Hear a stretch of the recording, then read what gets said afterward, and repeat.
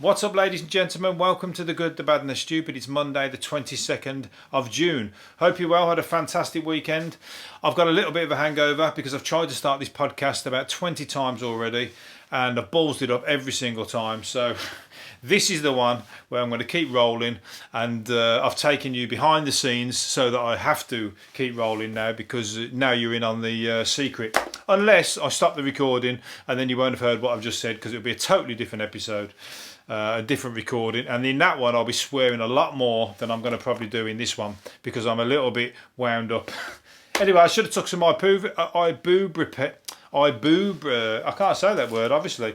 Ibuprofen, because the inventor who made ibuprofen, who created it, tested it that it was a painkiller when he had a massive hangover from drinking loads of vodka in Russia. And that would have been a bad hangover. If you're drinking in Russia with Russians, with their local drink or what they drink, and you're not used to it, there's only fucking one way that's going. You're pissed out your brains, and they're just totally normal. Vodka's like, there's got supermarkets over there that's like the only thing in there is vodka and maybe one pack of crisps, but everything on the shelves is about 100 different types of different vodkas. It's great if you like vodka. Bad if you like if you don't like hangovers. But anyway, he tested it and he said it worked. So maybe I should have took some, but I didn't even know that ibuprofen was a hangover cure anyway. So everybody's scurrying around for hangover cures, and he's just said that it works on hangovers. So if you didn't know that, like me, who's a thicko, there you go, try it. To be honest with you, I get that many hangovers that I'd probably be fucking overdose on ibuprofen, so I'll try and steer clear of it unless it's fucking mega heavy. Then maybe I should have an emergency stash behind one of those emergency boxes with a hammer and everything, and only smash it if you really are at fucking death's door. But then they all are, aren't they? How many times have you said, I'm never, ever, ever, ever, ever, ever, ever drinking again as long as I survive this one. If I can get over this feeling and this fucking night, I'll never, ever, ever, I promise, never, ever drink again. 4 days later, you're fucking back on it, you feel totally different, you feel normal, and you're just like, the devil on the shoulder, boots the fucking angel off the other shoulder, boots him off the shoulder, and takes you on another pub crawl. So yeah, anyway, so there you go, ibuprofen. I'm going to get some just for an emergency. I'm never going to take him though. I should have took one today anyway, because it would have saved me about a fucking hour of trying to start this podcast over and over again. Anyway, speaking of headaches, Nigel Farage is off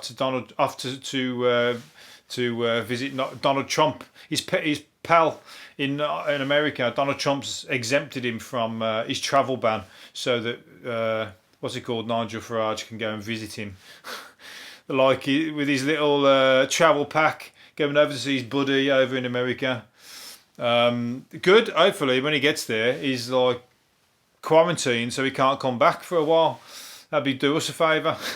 He's like gonna go over there and like maybe they'll just like strip search him and make sure he hasn't got any fucking coronavirus up his arse on the way back, smuggled. So he's going to come back and then plant it in some immigrants' fishing boat or something or other, so that he blames them for coronavirus. I'm only joking. I'm playing the fool like he does. But he's just been sacked from his LBC job, hasn't he? So he's not on the radio anymore.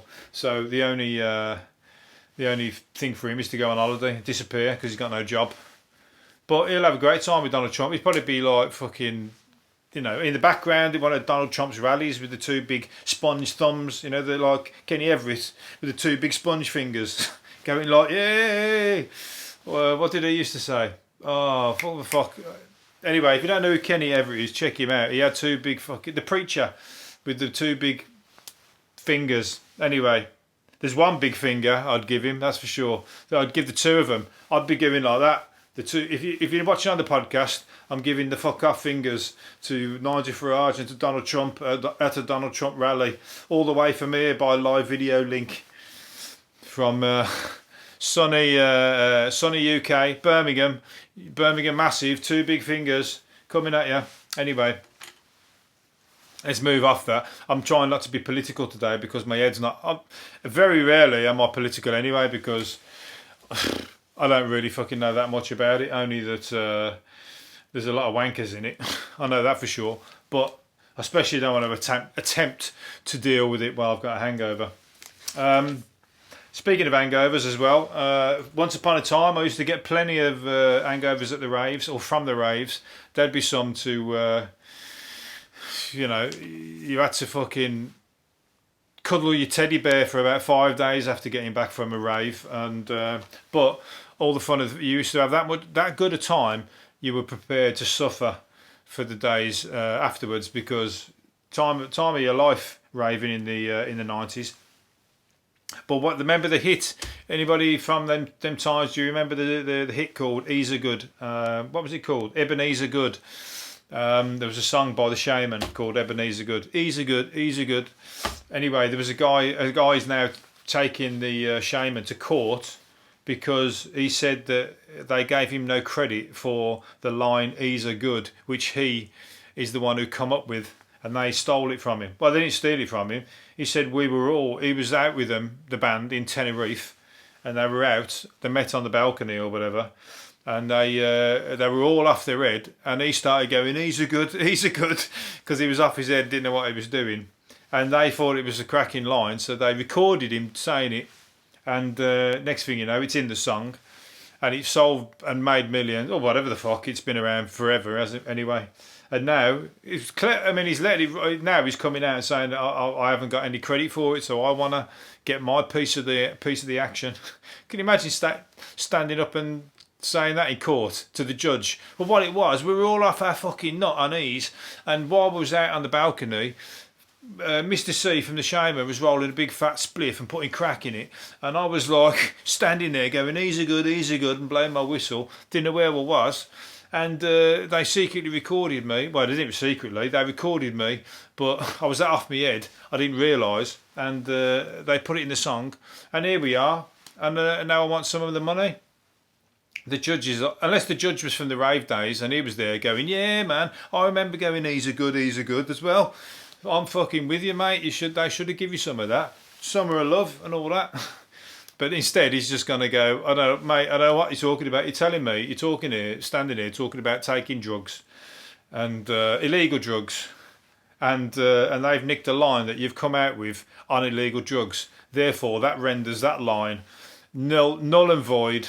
So you won't be getting any money from it. And in fact, I'm going to channel all the fucking proceeds of that song now to Drugs Anonymous or something or other, which is basically my bank account, because I'd missed out on all that good time, and I'm the judge, and I got loads of money, and I could have fucking spent all my time training to be a judge when I should have been raving. So I'm pissed off. So I'm going to have the money. All right, so off you go. Anyway, as I said, it's either a clever move because he's left it long enough to fucking for it to make a lot of money. But the money's all been spent. They'll probably say, "Yeah, Mr. C, you're gonna have to give him some money." And Mr. C's gonna go, "You know what, mate? I would, but I blew it all in the 80s having a fucking great time, and I got no money left, so I can't. I'll pay you £1 a week." That's what that's what they get given. And when people are blown all the money, they get told to pay back something ridiculous like £1 a week. I mean, they're never gonna pay it off, and they don't give a fuck either. They don't care about paying it off. Anyway, so there you go. Easy good. Let's move on to somebody else who's having a great time. This guy don't let a hangover get in the way of having fun, and it's Bjorn from ABBA. He romps 4 times a week. He said he's 75 now, and he can only manage to romp 4 times a week. Fucking that is like, that's putting a lot of people to shame who go, you know what, I fucking give it all for 4 times a week. I give it everything, and my missus gets it 4 times a week. And he's going, I can only do it 4 times a week these days, and I'm 75. So all you 20-year-olds out there, or 30-year-olds who think you're fucking, Johnny Big Bollocks giving it some for 3 or 4 times a week, or maybe even 1 or 2. I'm sorry, but Bjorn is coming for you. He's coming for your missus. He's coming for your... or don't let her read the papers. Don't let her watch that interview because he's going to embarrass you. He's got a wrinkly arse going up that needs ironing, going up and down, and his lady, he's more than happy with it. He drinks 20 cups of coffee every day, so that one is one to might be a little tip for anybody out there who's lacking in the sex marathon. You know, if you want to get up to those standards, you might have to just get up on your coffee. Might give yourself an heart attack, either that or an E, like we've just been talking about. E's are good. You can take take the love drug. You fucking, I tell you what, even if you're home alone, you'll be fucking having the time of your life sexually for about fucking 2 days. Apparently, how would I know? Anyway, so yeah, I don't know how old his missus is. He's 75. I bet she's fucking half his age. 37, is he? No, he's got 2 children, 37 and 33. I was going to say, but I bet she's half his age. I don't know. If she's 75, he might be fucking, you know. He might be fucking nailing a fucking coffin, a nail in a coffin. Literally, nailing a nail in a coffin. Nailing a nail in a coffin. Nailing a nail in a coffin. Right, I got the sing songs on today. That rave, I think I'm still maybe a little bit pissed then. Maybe I'm not just hungover. Anyway, I'll tell you who's somebody who was pissed. The guy who bought this, although it is an iconic guitar. I mean, everybody would love to have it. Kurt Cobain's guitar from Nirvana's MTV Unplugged session sold for, what's it called? 4.85 million. 6 million. Oh, $6 million. $6 million, 4.85 million pounds. Fucking $6 million. So, I mean, I tell you what, the guy's got, imagine if he only had 6 million and £2. Now he's only got £2 in that guitar. He hasn't. He's obviously fucking mega rich. I tell you what, if I would love to own that guitar. I mean, memorabilia and stuff like that is all good, but 6 million quid is fucking. Come on, how much fun you could have had with that? You could have like fucking taken that many drugs that you went back and met Kurt Cobain and bloody sat next to him at that MTV thing in your own brain. You know what I mean? You could have like. Just dreamt, took some mushrooms, dreamt that you was there, dreamt that you've got the guitar, and saved yourself 6 million quid, and gone on a lot of fucking. But then again, he's got more money than fucking sense, hasn't he?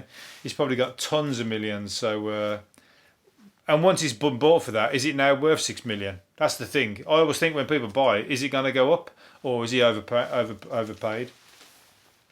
With paintings, it just keeps going up and up. Even when somebody's paid 6 million, you just think, fuck yeah, now that is ridiculous. The next time when they come to sell it, they sell it for 30 million.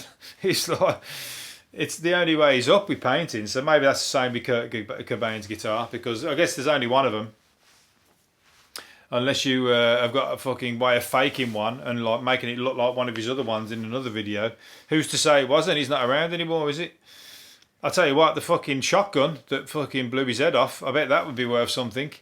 I mean, I'll tell you what, that would go for a lot more than that guitar, because it's significant, isn't it? I mean, it's still a memorabilia piece or whatever, but I imagine it's, where would that be? In the police wouldn't have kept that. The police would have fucking auctioned that off, or they would have, would they have kept it? I don't know.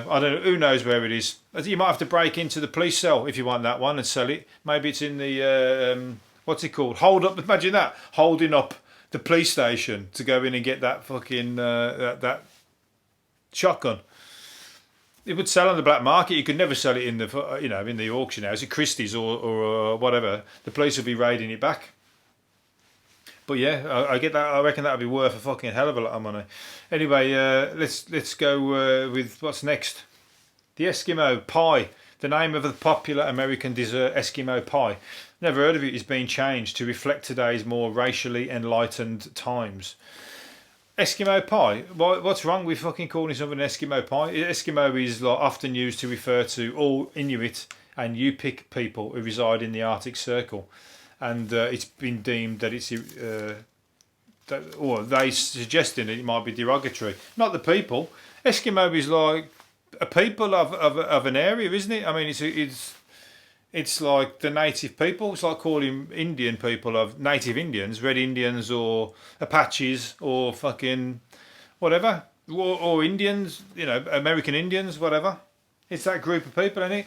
So taking something like Eskimo pie, it's hardly like the the most offensive thing. Unless the Eskimos are all like, coming out with banners going, come on, we want Eskimo pie changed. I don't think they give a fuck. I think they got fucking more things to worry about, like finding food in like a barren environment, or like, all their fucking friendly polar bears being shot and fucking murdered by trophy hunters. They've got loads of things to fucking give a fuck about other than that. Or their environment shrinking because of climate change. Do you think they give a fuck about Eskimo pie? I'll tell you what, if you sent them constant supply of Eskimo pie, maybe that would fucking cheer them up or make them more than happy. And they wouldn't give a fuck about the name. They want it because they're starving or they're hungry. But anyway, I'd love to go and visit. I'd love to go to the. I'm not a fucking fan of being cold in the slightest, but I would love to go to the Arctic Circle and just like because you can go in one of them tents. The what's it called, the Inuit tents. I don't know what, when they travel and they put them up with a big pole and they take it all with them and they set it up. It looks warm as anything in there. They got the fire going. Although I wouldn't fancy eating the food that the drinking fucking reindeer's blood and whatever, but they they got it down. They got that lifestyle down. You wouldn't take an Eskimo like and put him in New York and he'd go, yeah, you know what, I like it, I prefer it here. It'd be straight back. He'd love it there. They love it there. It wouldn't be like what's his name? It'd be like Crocodile Dundee when he went to New York, but a lot worse. I mean, he's kind of blended in a little bit, didn't he? But an Eskimo in New York. They make a good song. Sting, Steve Sting can come out with that one. An Eskimo in New York. Told you I've got the sing songs on today. A shoplifter has been jailed for stealing 6 boxes of Viagra. So I mean, he's been jailed. How long did he get? He also stole a washing machine and a fridge freezer from his flat. Stole a washing machine and a fridge freezer from his flat. What? How did he steal them from his own flat? I don't get that. Pleaded guilty to trespass. He got 16 weeks. So he stole 6 boxes of Viagra. So that guy was looking to fucking up his game. And so that's harsh. That's a hard sentence, literally. But that's harsh, really. He's just trying to fucking keep his woman and keep her happy. And now you fucking put him down for 6 weeks. So she's off now, taking it from...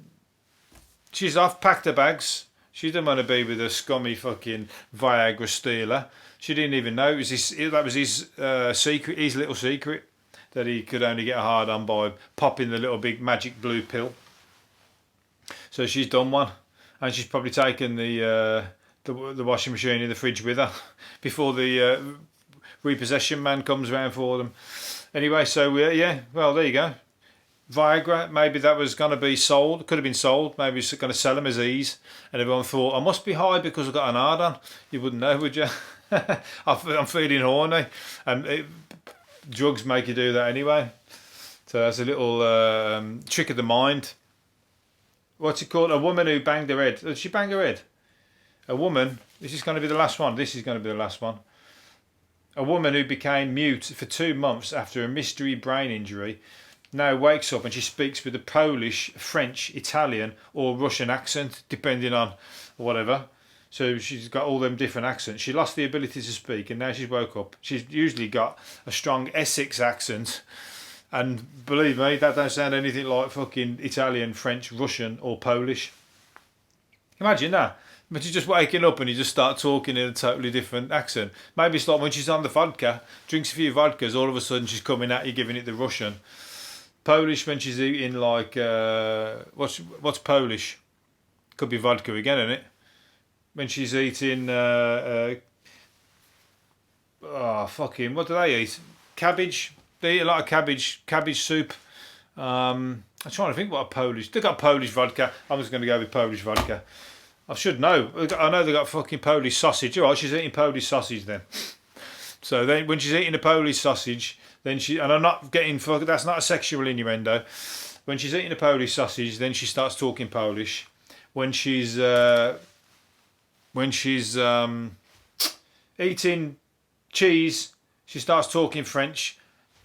Cheese and wine. When she's on cheese and wine, that's when she starts talking French. And when she's feeling a little bit romantic, that's when she starts talking French. When she's feeling a little bit jiggy. And Italian, that's when she's eating pizza. When she's ordering a pizza from fucking, what's it called? Papa John's, or what's it called? The fucking really expensive shit one. What's it called? Diamonds? No, oh fuck it. You know the one I'm on about. Anyway, they're too expensive. I wouldn't buy them. They're fucking crap. Lucky I didn't say their name. They'll probably be doing me for slander. Anyway, so yeah, she gets a trigger obviously off something or other and starts talking in the accent. I mentioned maybe when she starts smoking a spliff, what's she going to start doing the Jamaican accent? That'd be the funny one when she starts talking like she's a Rastafarian. There's a lot of fucking white Trustafarians who start fucking sounding like that when they get on the ganja, but they're funny to listen to. Anyway, but each to their own. If they're enjoying themselves and they like the sound of their own voice and they like the sound of reggae like I do, then do what makes you happy. Anyway, I'm going to leave it there. Hopefully you've enjoyed it, and I'll do another one tomorrow. See you later for now. Bye.